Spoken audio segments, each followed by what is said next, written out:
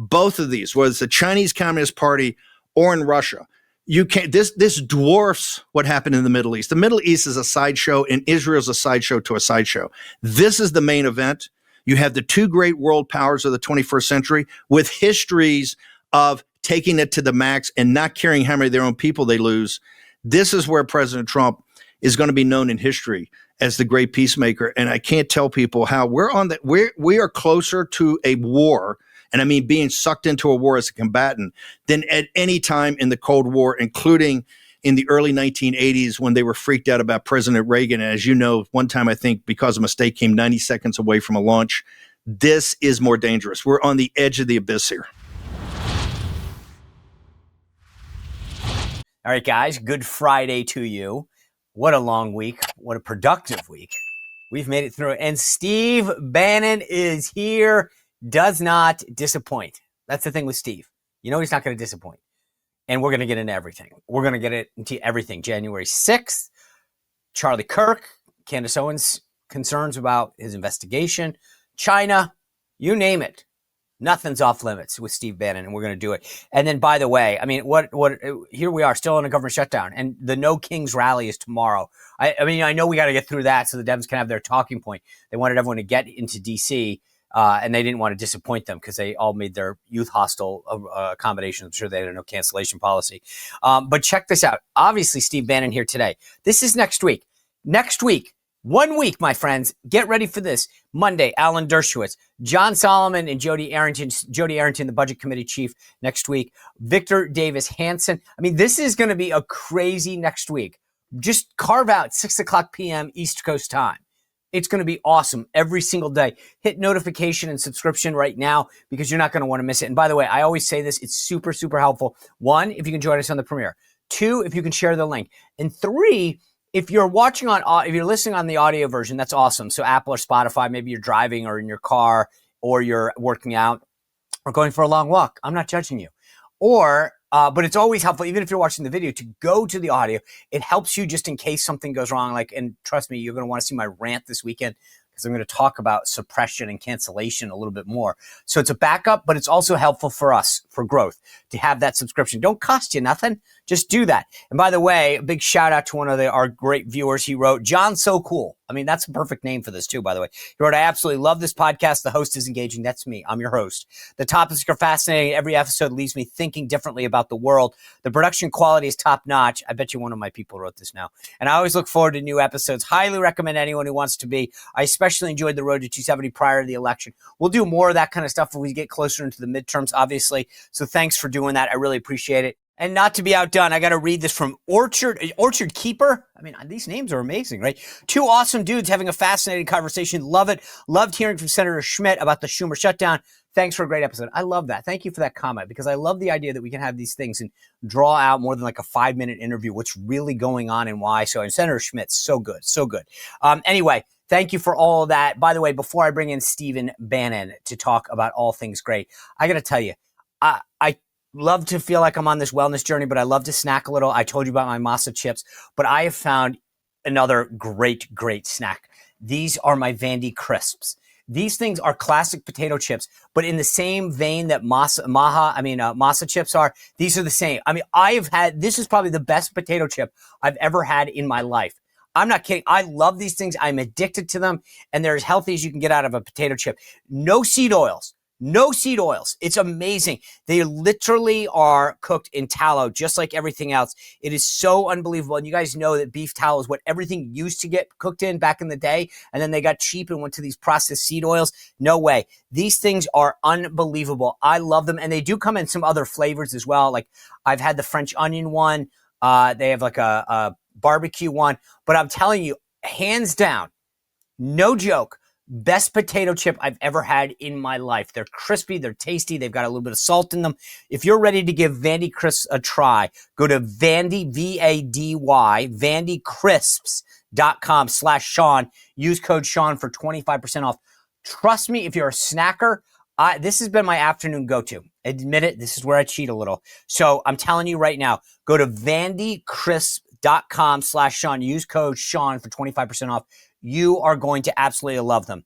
All right, before I bring in Steve, this is a perfect thing. We talk about the big, beautiful bill all the time. If you travel a lot, especially if you fly, you know that air travel is a little unreliable, right? Timing. And we've seen some safety issues because our air traffic control system is outdated by decades. And in the big, beautiful bill, President Trump put billions of dollars in there to upgrade the system. There's a company right now called Peraton, Peraton, that is literally on the brink of great American innovation and technology, using some of our great American workers to help solve big national security and defense related problems. They're working with NASA. They're in the defense space. They're in the national security space. But I'm telling you right now, as we upgrade our air traffic control, check them out at Peraton, Peraton, Peraton.com/ATC, Peraton.com/ATC. ATC stands for air traffic control, to find out what we have. There's no ask here. Just check them out, because it's good to know that we've got great American companies ready to solve our big problems based on that big, beautiful bill funding. So you know that a company like Peraton's got the people, the innovation, and the technology to be at the forefront of solving our problems. Go to Peraton.com/ATC to find out more. Without further ado, I want to bring in Stephen K. Bannon. Steve, welcome back to the show. Last time we made a little bit of news. We always make news when I'm on Sean Spicer's show. I don't know if it's the questions or your ability to drive my answers into the virality. Well, it's a secret sauce. It's like the number of pens you wear. You never know what it really is. Okay. Good. But just to be clear, because last time we were on, we talked about the Fed chair. You had this interesting theory. I actually asked the president of the United States in the Oval Office. He was intrigued by it. And Scott Bessent says that he's down to 5 people. I still think that he tries to ultimately say, Mr. President, look at these 5 people that completely don't fit the bill. Maybe you should pick someone like me. I still think that Bessent ends up the guy. Okay, let me be blunt. As I got swamped with people calling me about that, and I said, you're focused on the wrong part of the question and the answer. I said, Sean actually had the insight. I'm just saying, hey, it's going to be Bessent and wear 2 hats, and probably after the midterms. Your response, and I'd like to have you repeat it here because I think it's so important. President Trump, it's the way he goes through the process. Right. And that's why ultimately I think, and we actually played the clip from, I think it was in the Oval Office the other day when you were there, played that clip. But walk through, Trump better than anybody. You know the process. You're seeing the process in real time. And that's why it leads both of us to the conclusion it's going to be on some interim basis, dual hat, like Marco is an NSC, National Security Advisor, and heading the National Security Council and Secretary of State. The same is going to be with Bessent. Yeah, I mean, look, I think the bottom line is this. He likes Bessent. He wants Bessent. Bessent says, I don't want to do it. He's playing hard to get. But at the end of the day, you look at the people that Bessent's bringing him. They're not TV savvy, something that President Trump wants. They don't have a relationship with him. So he's going to go through these like the little bears go through bowls of porridge and be like, that one's too hot. That one's too cold. Ultimately, the one that's just right is the guy who brought him that bowl. That's Scott Bessent. And I agree that there's some formulation where Bessent says, oh, no, I don't want this. And Trump says, well, what if you did it on an interim basis? What if you were dual-hatted? I get it. There's some combination in there. But right now, the people that Bessent's bringing him, the same thing with FBI director. He wants a relationship with that person. There's no way that Fed chair, after everything he's being through, is someone that doesn't know him, understand his priorities. And right now, the people that are coming to him, he's like, Mr. President, this is a random dude off Facebook. Would you like him? It's like, by the way, this guy can't put a sentence together. So we're not saying that Scott Bessent's being Dick Cheney on the vice president on Hunter Bush, because he's not. He's seeing broader. But I think your point is incredibly well taken, especially for your audience over the next, I would say, 72 hours to a week. Because what President Trump, he says, relationship, he wants to have someone that he's been in a situation where there's maximum pressure applied. And he likes the cut of the jib of the person in that situation. That's what I think will be Scott. And I think coming through the China, rare earths war is going to even solidify Scott in the dual-headed role. Why do you say that? Because President Trump, when you talk about that process, it's not just like playing golf relationship. It's just not some casual relationship or knowing somebody. He wants to pick somebody in these kind of crucial jobs he's been in harness with, at least for a while. Like Marco had been his Secretary of State. Remember, they were bitter competitors. And then he got to know Marco on the on the campaign trail. And then in the transition, he selected him as Secretary of State, much to the surprise of everybody. Many people, President Trump and the senator have gone through already some choppy water. He's seen Marco in those situations. He just announced on Truth recently that Marco is going to be heading up the contingent to go sit down with Putin. That was perfect when we brought up the fact. Sergio and Gore and I talked about why don't you, when Waltz leaves, instead of jumping into another national security advisor, which President Trump fully admits he hasn't had a great run on, that why don't you just on an interim basis just put Marco, because you've seen Marco under pressure. The exact same thing with Bessent. Bessent's been the best interpreter of President Trump's economic plan to the capital markets, right? And it's been spectacular. Markets are at all-time high. Bond with 10-year Treasury doing pretty good, right? And so he's interpreted a very complicated economic plan to redoing global commercial relationships, tariffs, bringing manufacturing jobs back, a not without risk supply side tax cut, right, to drive growth and get growth over 4%, which is now 3.5%. The interpreter of that to the bond and stock market has been Scott Bessent. He's seen, and we've had some choppy water in that, particularly at the beginning of the what we called Liberation Day with the tariffs. In that regard, I think, obviously, given all the problems with the Fed and the Fed kind of missing the mark on really how to calculate actual interest rates, I think on an interim basis, it's naturally going to be Scott, and I'd be quite shocked if it was anybody else. Yeah. So before I want to follow up on the China piece in a second, but real quick, I think this you touched on this national security dual hatting of Marco Rubio. You think about the first term that we were part of, right? You described this perfectly. It's choppy, right? This position has been. It's actually rather stable now. So I think exactly. That right. I mean, might be interim, but interim seems to be working pretty well. Not too shabby. Not just that. Remember, Marco's been able to execute on what General Flynn and you and I and Reince talked about. He's actually deconstructed the National Security Council. President Trump, remember, they had 495 people, some outrageous number when we got there, 350 billets. And General Flynn, all of us wanted to take that and take it down to about 100, which is what you really need. President Trump won the same thing. On his whole first term, I think we got to 20% of that. Marco's actually done a pretty sophisticated reordering and restructuring the National Security Council with no big over-the-top stories in the media. That's right. What President Trump wants. He wants do your job, pull the trigger on things. We're going to deconstruct the administrative state. We're going to take on the deep state, and let's do it with as little drama as possible. And I think that's Marco. If you think on the cabinet, you look at the Treasury Department and State, which are, if you add AG and you add defense or war, Secretary of War, those are the four powers. Two of those are handled and people doing pretty radical things on occasions and done without a lot of drama. That's what President Trump really likes. Dramatic action without the drama. All right. Before you name check the rare earth minerals in China. I get so wound up about this issue because I don't think America fully appreciates how dependent we are on everything, and not just now in the short term, but the long term. And by the way, this was something that Glenn Beck and I talked about the other day, that if China takes Taiwan and we don't defend it, and now they've got all the high speed semiconductors, we're really screwed. It's a depression. Look, let's go back to Scott and tie it to the last story. Scott Bessent's greatest strength is communicating to the capital markets as a safe pair of hands, right? Scott Bessent gave an interview the other day I don't think people have picked up on. He actually said about this whole thing with rare earths and heavy rare earths, he said, China's economy is in a depression. And what she and the leaders of the CCP are trying to do is drag the United States and the rest of the world into a depression. When Scott Bessent's using the D word in an interview with the business media, people ought to stay, they ought to pay attention. I tell you, paid attention is the gold market.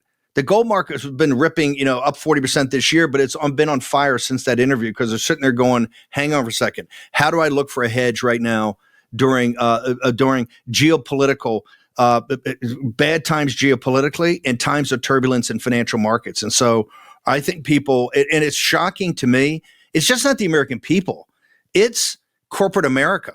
I don't think they understand that our heavy production, the Ford Motor Lines, Caterpillar, International Harvester, John Deere, right? All the weapons manufacturers, everything we make that's heavy, the heavy manufacturing process depends on a certain types of rare earths, these magnets and all this. This is what Bessent and Greer negotiated in June and July. I think it was in Paris, some sort of interim, step down away from this.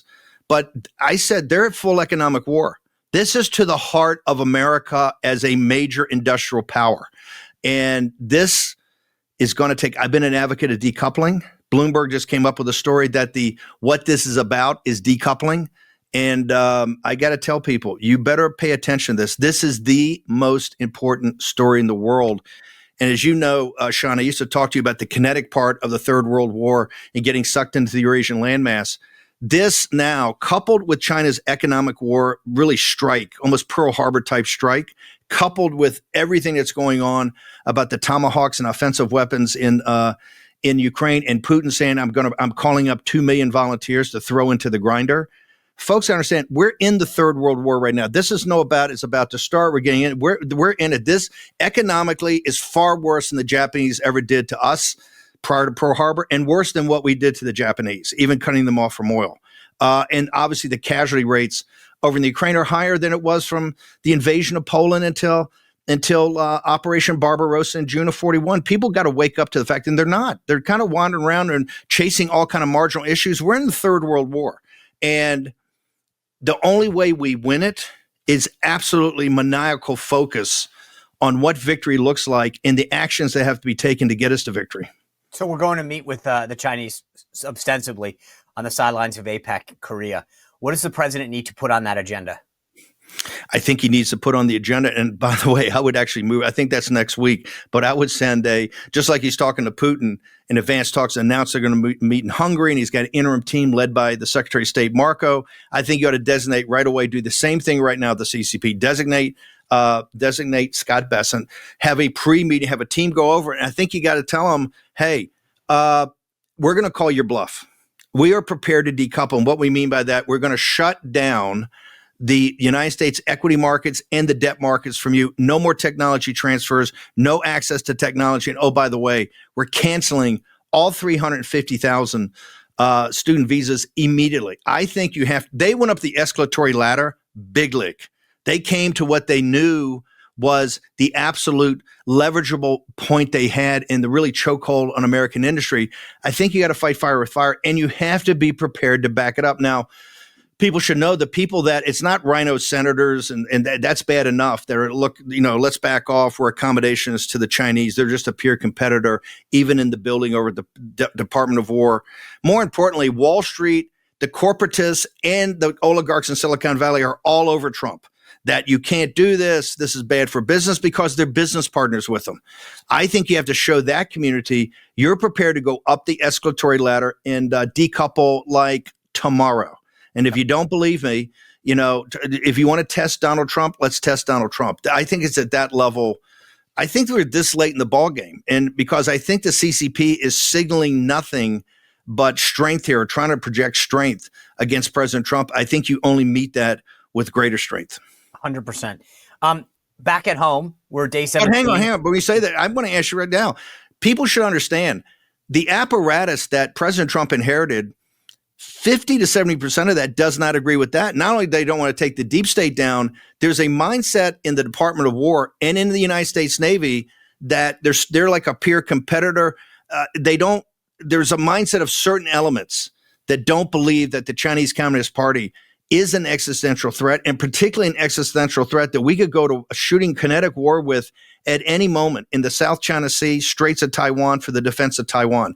I think some of the Navy get it, right? Some of the other services get it, particularly the Marine Corps. I think that there are a ton of people, particularly civilians, over in the Department of War that just don't agree with us. Oh, 100. I don't even think that's debatable. I think you're right. They think this is just going to all be kumbaya. We'll have another big meeting. We'll have a PowerPoint presentation, a nice lunch, and sign a communique at the end, right? I mean, that's how it always works. But you're right. As soon as that happens, And that was Glenn's point the other day. They go in to take to Taiwan. Are we going to really defend Taiwan? And what happens when they take all those semiconductors and you go, poof, your phone doesn't work anymore and we can't make any new ones? No, it's a 25% drop. You talk about recessions of 2 quarters of no growth it's a 25% drop in the American economy out of the get-go. It's that big. Yeah.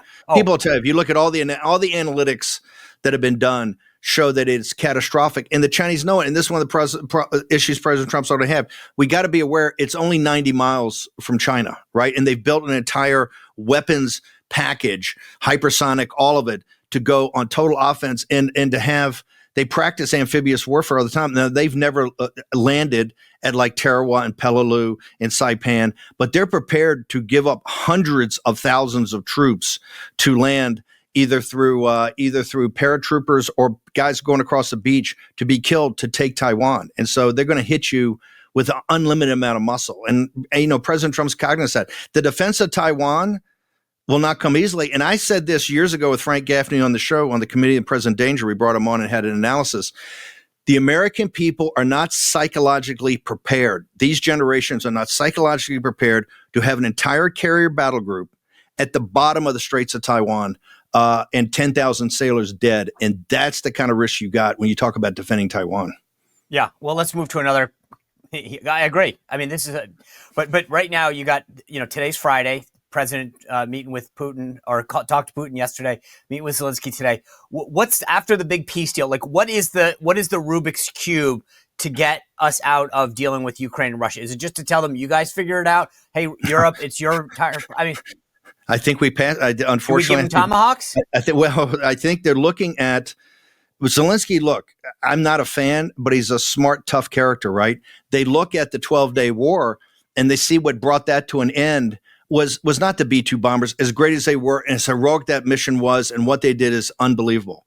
What actually brought it to an absolute end was the Tomahawk missiles coming from U.S. Navy submarines in the North Arabian Sea and wiping out the above ground part that the Israeli Air Force couldn't get to, right? And so they see that. They've seen the defensive weapons that we supplied to the Israelis that saved Tel Aviv and really held the fort until President Trump could get the plan to totally obliterate the nuclear power program, however advanced it was. We now know from the cabinet of Israel it was 2 years before it was effectuated. But he put to bed forever regime change, which was critical. But Zelensky saw that.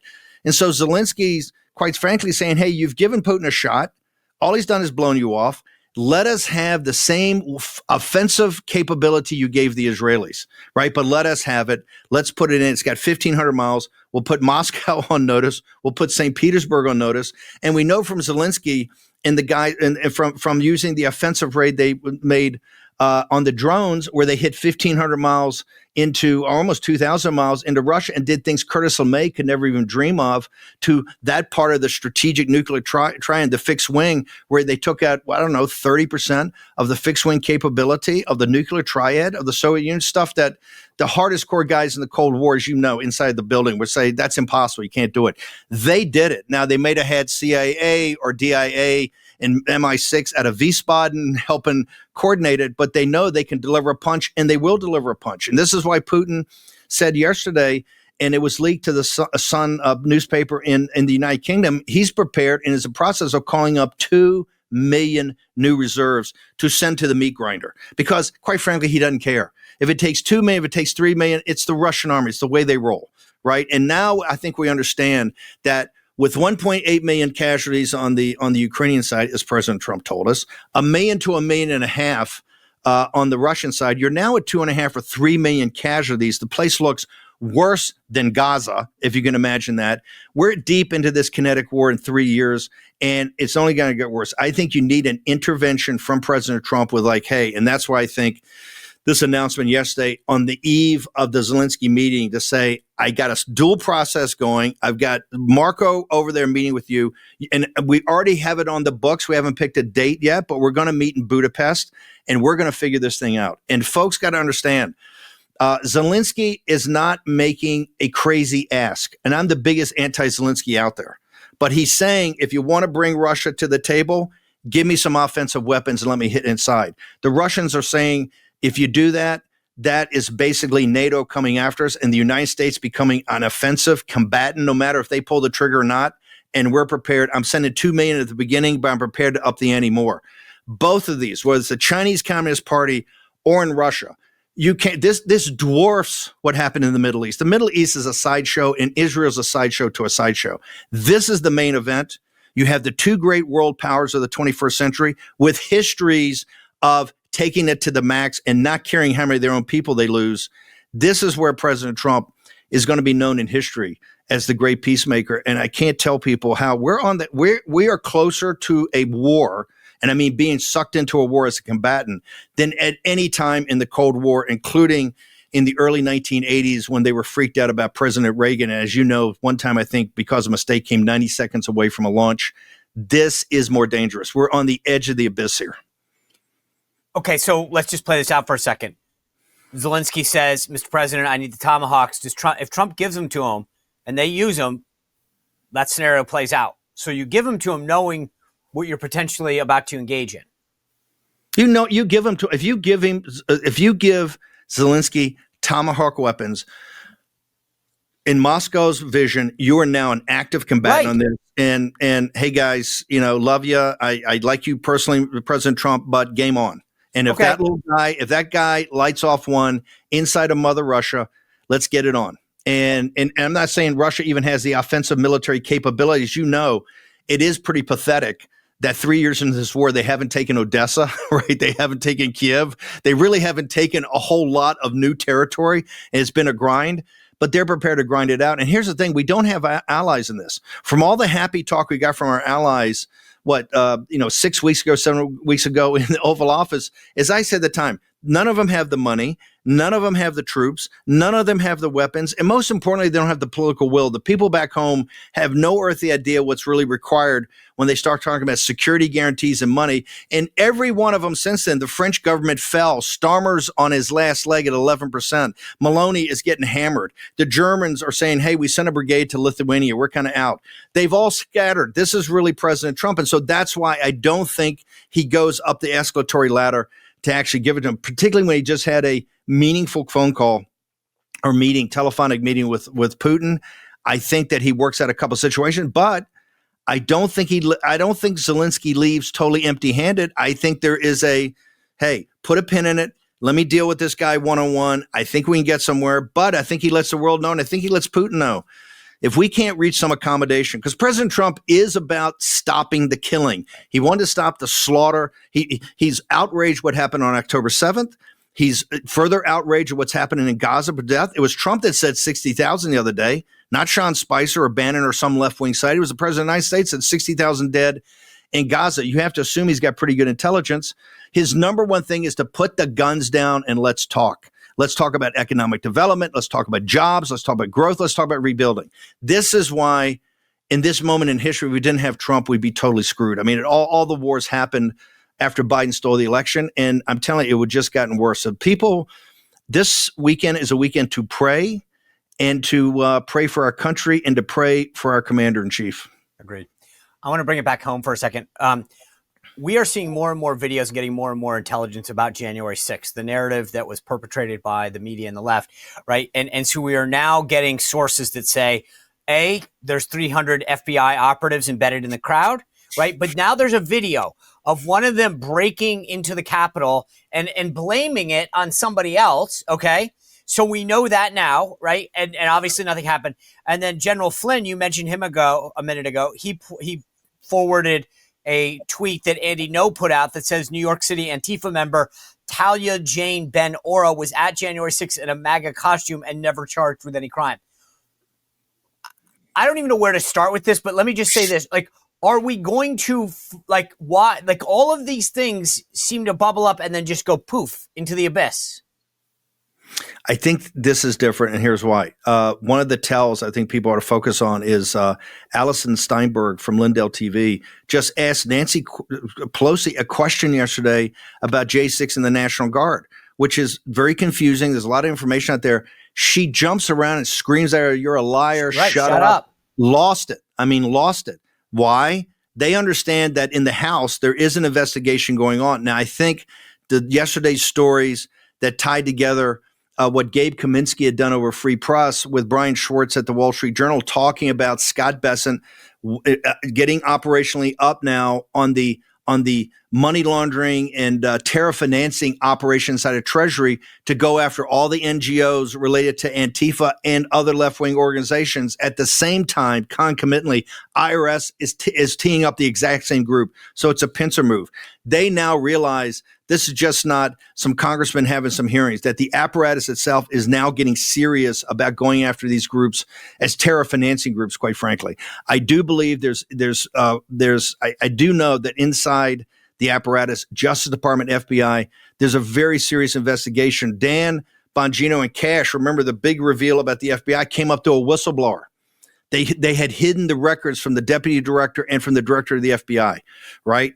And so I think you're going to see a sea change. I think more people are being assigned to this. So it's just not a congressional committee, which has freaked them out enough, right? Was it Laudermilk's committee is now reviewing everything with January 6th. And I've told the president many times, and I tell the show all the time, you can't really go forward till you get in back of the stolen election of 2020 and January 6th and everything about it, whether there's a Fed insurrection or not. It has to be adjudicated. It has to be transparent, and we have to get to the bottom of it. But I can tell you, when you look at the Democrats and now, Morning Joe and these people are crazed. I mean, the prime time in MSNBC with Weissman, these people, Jack Smith, they're losing their minds. And I think they're losing their minds. They know their guilt, and they finally know that it's just not going to be a strongly worded letter, Sean. I think they understand that the full force of the government is coming after them to get to the bottom of this. And the American people support it, because you're right. The American people, even the people who are not MAGA, don't support Trump. They're seeing stories every day. Well, hang on for a second. 274.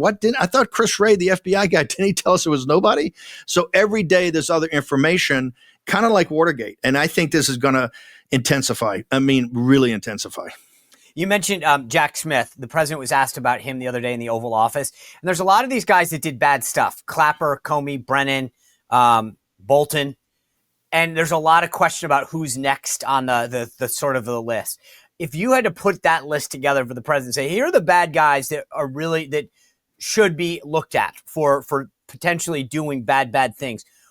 Give me the top 3 or 4 that would be on the list that you'd hand over to Kash Patel. It's great. Let me bifurcate that for a second, because you have Jack Smith and the execution implementation guys, particularly the lawfare. They're the tip of the spear of bringing lawfare, bogus charges, witnesses that are lying, all of that. And Jack Smith has got a whole laundry list of that, and they're going to come after him. But then you have the deep state itself. And remember, I was a guy, as you know, I said, don't call it the deep state. That's kind of like Turkey or Egypt. This is in your face. I mean, you would sit there, we'd be in the National Security Council, and they essentially just tell us we're not going to do that, right? Or they would bury it in the interagency process, which is the way that the CIA gets everything buried. You have to go. Comey's, he's charged with is just an appetizer, right? The key is to get to the CIA, to get to Brennan, right, which are top my list, to get to Clapper, to get to the intelligence agencies and all their subalterns, to get down into it and get deep in it. I also believe Milley and Esper.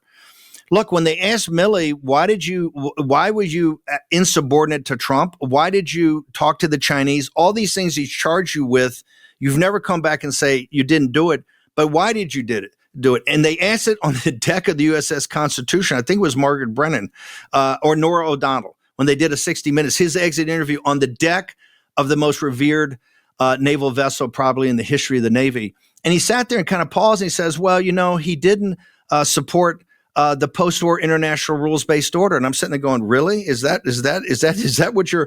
your defense of treason is?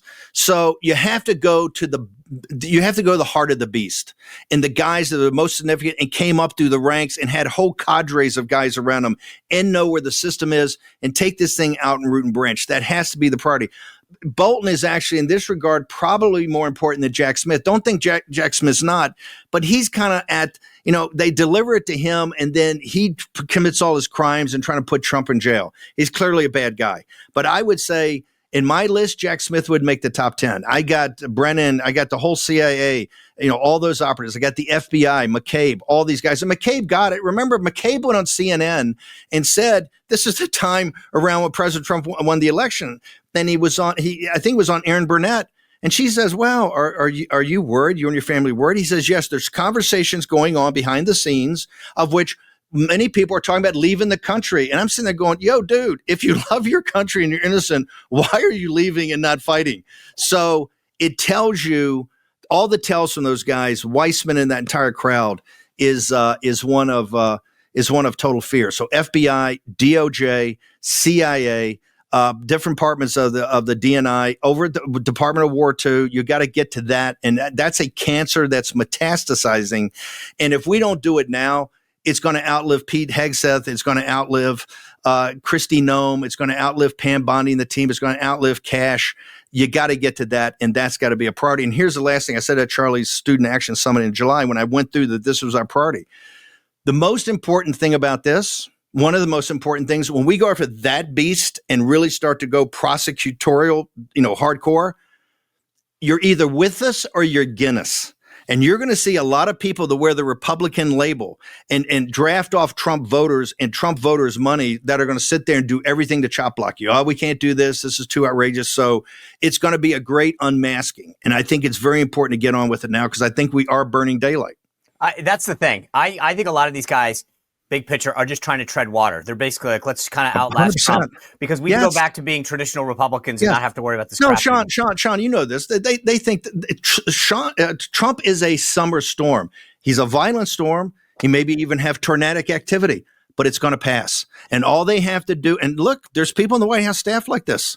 There are people in the agencies like this that we've appointed. There's tons of representatives, including the Senate is essentially, besides Eric Schmidt and Josh Hawley, right, and maybe a couple of two others, all like this. They're just tapping Trump along and tapping the Trump movement along and believe that if they can get, past the midterms and Trump finally becomes a lame duck, they're home free. They believe they can see the sunlit uplands. And that's what I'm saying.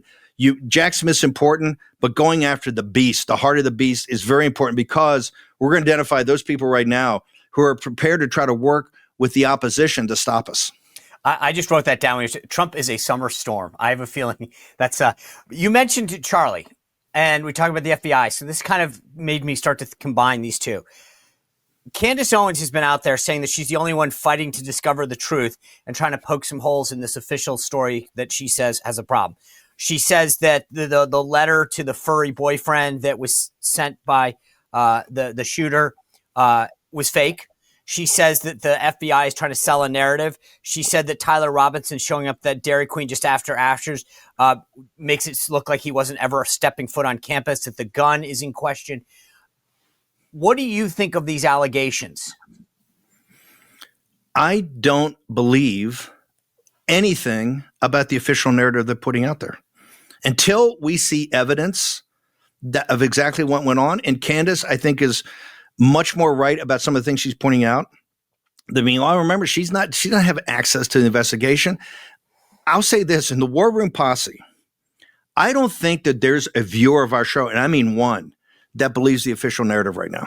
Everybody's from Missouri here. We have to get, and this is why, give Kash and Dan enough time, but we're going to have to see this in depth. No, I don't believe this kid right now could possibly be the shooter. Of all the evidence I've seen, of at least all the videos I've watched, everything I've seen, the phony, that text messages, the guy's writing a Shakespeare sonnet. And look, I have young guys in their 20s that are actually the production team of the War Room. These guys are barely verbal, right? That generation grunts, right? Or it's because they watch so much Call of Duty or whatever. They hit it in like little bursts. Nobody sends text messages like that. It's just not. And he writes a Shakespeare sonnet when the entire world's coming in on him and he's worried about granddad not having his gun when he just committed one of the most heinous acts in the history of this republic, and his family's going to go down in shame for eternity. Are you kidding me? No, I don't believe any of it so far, but I'm open-minded to see the evidence. Fair enough. I think there's a vast conspiracy to back this, and I'm not saying, I believe you've got to get down to Butler, we don't know anything about Butler officially. There's kind of little dribs and drabs. Butler, you don't know anything really about the Ukrainian guy. This whole thing has not been explained. I think it's Kash's number one priority. Oh, fine, but why did he say Oval Office, Steve? He was asked next sitting next to the president whether basically what I just asked, and he went off very indignant. I don't go down believing conspiracy theories. We follow the facts. Kash said that in the Oval Office. Not I'm working on it. Not I got my own theories on this. I'll get back to you. He said, I don't follow conspiracy theories. I follow the fact. And Charlie was my friend, and this is the narrative. Like, that sounds like I'm closing the door. I think that at some point in time, Kash is going to have to come through with the receipts. If the receipts back that up, I think the MAGA movement will say all good. If the receipts don't back that up, and I'll be brutally frank, the receipts I've at least seen on videos and text messages and just out there in these, special forces guys analyzing everything, I don't see where the receipts are going to come to support this. But look, I'm open-minded in this, but I say one thing we have done is I think stopped local law enforcement from shutting this thing down immediately, right? Because to be brutally honest about it, I flew out, left the war room immediately upon knowing that Charlie got shot. I got there that evening. I spent 4 days in Utah, and I was kind of shocked by what I found out. It's by far the most progressive and liberal red state out there. I don't think people know that. And it's got a real problem with LGBTQ. I saw more LGBTQ flags in Salt Lake than I saw American flags. And I went in with the impression the last time I went to Salt Lake, it's one of the most patriotic parts of the country. They have a serious problem. This guy Cox is promoted transgender ideology in the public school system, right? He's a dangerous cat and a total phony.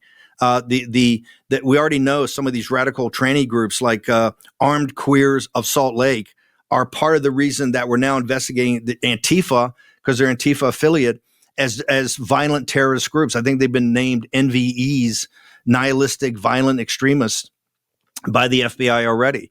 So there's a lot out there, and there's a lot. I think if the FBI, or the Justice Department, when they come to bring this case, or the local authorities, because right now I don't think there's been any federal charges because they're going with the local prosecutor. You're going to have to bring the receipts. There's not one member of the War Room Posse, not one, that believes the official narrative. And I love Kash. He's a brother to me. He can stand the Oval all the time and give that. It's all about the receipts. You're going to have to bring it. I got two quick ones for you. Number one. Hang on. I got to ask you. You're with me on that, right? I just think, like, I see these videos. I mean, there's some stuff that I think is more palatable, but I do believe Kash, right? That's the thing is that I believe. And so when Kash says, I reviewed this, I'm not a forensics expert. Okay. There's things that I believe, right? And there's things that you'll give Kash the benefit of the doubt, at least for now, to say, okay, but my point is, I've seen enough of these videos. I've seen the thing with the kid and the gun and all that. And I saw it when they put it up at the time. It didn't make sense. So maybe they're keeping that for the trial, close to the trial. But they're going to have to bring the receipts, because I tell you right now, MAGA world ain't buying it, not even close to buying it. And they can stand up and make assertions all they want, but they're people. And one of the reasons is they're worried about not just the safety and security of heroes like Charlie Kirk and others, but the President of the United States. Like I said, we still haven't had really adjudicated Butler. Right? Like his parents, people associated with him haven't been questioned. They haven't been charged. I mean, it's a whole thing on this Butler thing that makes no sense at all. And the Ukrainian volunteer down at the golf course. It's just, there's too many things given how central President Trump is to everything in the world right now. This is why I got upset when I saw the Knesset, when President Trump walks in there and it's like chaos. There's all kind of people milling around, and, they got like 100 people and they're going to have like a mini press conference. It's just, without Trump, we're in the abyss. Yeah. They know that. They know that, and we know that. And so that's why Kash has got to raise this thing up. And like I said, I respect Kash. I love Kash. He was a co-host on the show. I made the film about government gangsters just with Kash as the only person in it. I pushed hard for him to be FBI director. You're going to have to bring the receipts, brother. All right. 2 issues, 2 minutes. Issue 1, Trump announced this H-1B visa. He wants $100,000 per that. I still am like, okay, but we're still not addressing the bigger existential issue. I mean, you might bring in money. We're still taking American jobs, right? What do you think about this move to charge people money for the visa? Totally irrelevant. It's a total complete scam from stem to stern. They've lied about it. I've asked now for years, in particular when I got into it with Elmo back in Elon back in January. I said, please show me one billet that has a foreign worker taking that the people even don't have the education level or the job experience for that billet. It doesn't exist. It's a total and complete scam. It's got to be taken down. Every H-1B visa recipient and their family has to be given 48 hours notice that you're on the next plane out, and every job has to be given to American citizen, full stop. So what about the gold card? I'm not a fan of the gold card either. I don't think you ought to be selling American. It went from 5 million to 1 million. I'm not even sure that's legal. I'm not even sure. I think an act of Congress has. I think that's why they kept trying to slip it into the to the big beautiful bill or the NDAA. I'm not even sure you can do it. I don't. I just not even sure you can do it. But if you can do it, I'm just not a fan. I think at the level, if you're going to do it, you make it like $10 million. But on principle, I'm not a fan. I think you got enough capital here in the country. Particularly, we tell the pension funds, you got to stop investing overseas. You got to put the money here in the United States of America. I think you got plenty of entrepreneurs, plenty of capital, plenty of smart kids. We can fill all these billets. We can take send 350,000 Chinese home tomorrow. You can fill all those billets at the colleges and the engineering schools with blacks, Hispanics, whites who happen to be citizens of the United States. I think it all takes care of itself. I think it takes care of itself very quickly. Now, President Trump is dealing with everything, trying to balance all this, trying to negotiate these deals, trying to close the deficit. So he's working at a different level that you and I work at. I mean, we're screaming into microphones, but I think we got to throw down hard on this and just say, no. I know the HB1 visa, we're making huge progress, right? Because you already see the deals are cutting. Oh, yeah. I just think we got to push it to its ultimate and shut that program down. All right. Last thing I want to ask you. You've said before, Trump will be the candidate in 2028. Yeah. Okay, you still think that's the case? 100%. This is not even a question. Not even a question? Not even a question. Not even so a question. One, he has to agree to this. Two, you have an illegal issue about whether he can be on a ballot. I think we have many, many different types of legal avenues to go down and practical avenues to go down. Look, we had General Washington at the beginning for the Revolution and the birth of the nation. We had Abraham Lincoln, a providential figure, to come for the rebirth of the nation. And we've had President Trump, a providential figure. God is working through him he's an imperfect instrument, but God's working through him as the third of the great presidents we've had at the reclamation and rejuvenation of the nation. We just can't lose this guy now. It's not even a question. I said this on the afternoon of 20 January 2021. But he won't say it. I think President Trump's got a full-time job. In the fullness of time, he'll let it play out. Okay. He'll let it, by the way, as he should. But President Trump will be the Republican nominee in 28, and he will win yet another White House tour of duty. And we need it now more than ever. Okay. I'm marking that down. I'll see you at the No Kings rally this weekend. Captain, keep a space for me, okay? I'll bring one of our videographers, one of our cameramen will get us there. All right. Hey, always appreciate your time. Thanks, Steve. Thank you, sir. Appreciate you. All right, guys, thanks for tuning in. An amazing show. What a way to end the week. As I said, next week, Alan Dershowitz, John Solomon, Congressman Jody Arrington, chairman of the House Budget Committee, Victor Davis Hanson. It's going to be an amazing week. My latest column is out today at SeanSpicer.com. Check it all out. Have a great weekend. Remember to subscribe and hit that notification button so you hear the rant that comes out over the weekend on censorship. You're not going to want to miss it. I'll see you back here Monday on the Sean Spicer Show. Well, if you enjoyed this content, make sure to like this video, subscribe, and click the notification bell to get more.